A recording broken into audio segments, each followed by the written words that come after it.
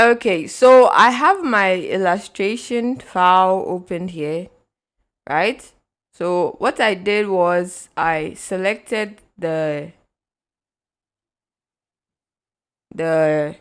uh illustration I wanted to use, and then copied it and pasted it into Figma as an SVG file. So yeah, good. I have my first one. Move it here, position it well here, right? As you can see, the lady.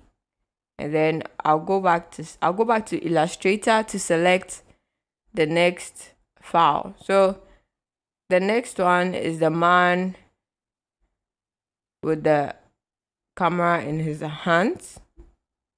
When I select this, when I do this, you realize that it selects the background as well, but I don't need the background. So I have to deselect the background so that I can copy the illustration by itself. I can copy just the illustration. So to do that, I just press and hold shift and then click on the background. You notice that it deselects the background and only selects the illustration I want. So then I copy it by pressing Command C or Control C on whatever keyboard or OS you're using.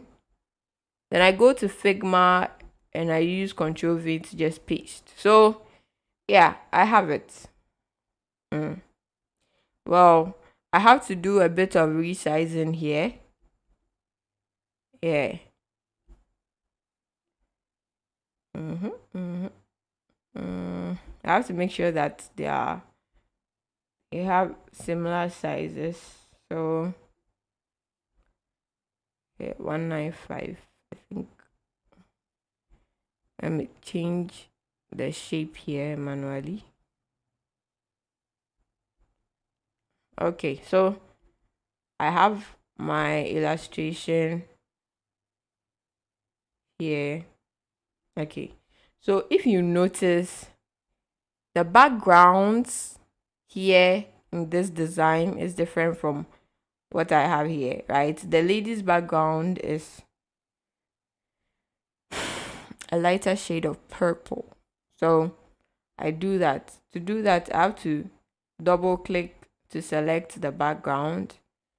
And then under the fill section, I click on the color, and then using the color selection method I taught you, you can select the color from color picking method. So you can pick the color from the design. I think you might probably not have you'll be given the image as well. So you pick the color from the image, and then, but in this case I have the color here in my document color, so I just click and change the background color, right? Okay, so there I have it. I'm done. It's left with the login. Sorry, the welcome up there, right? The welcome up there.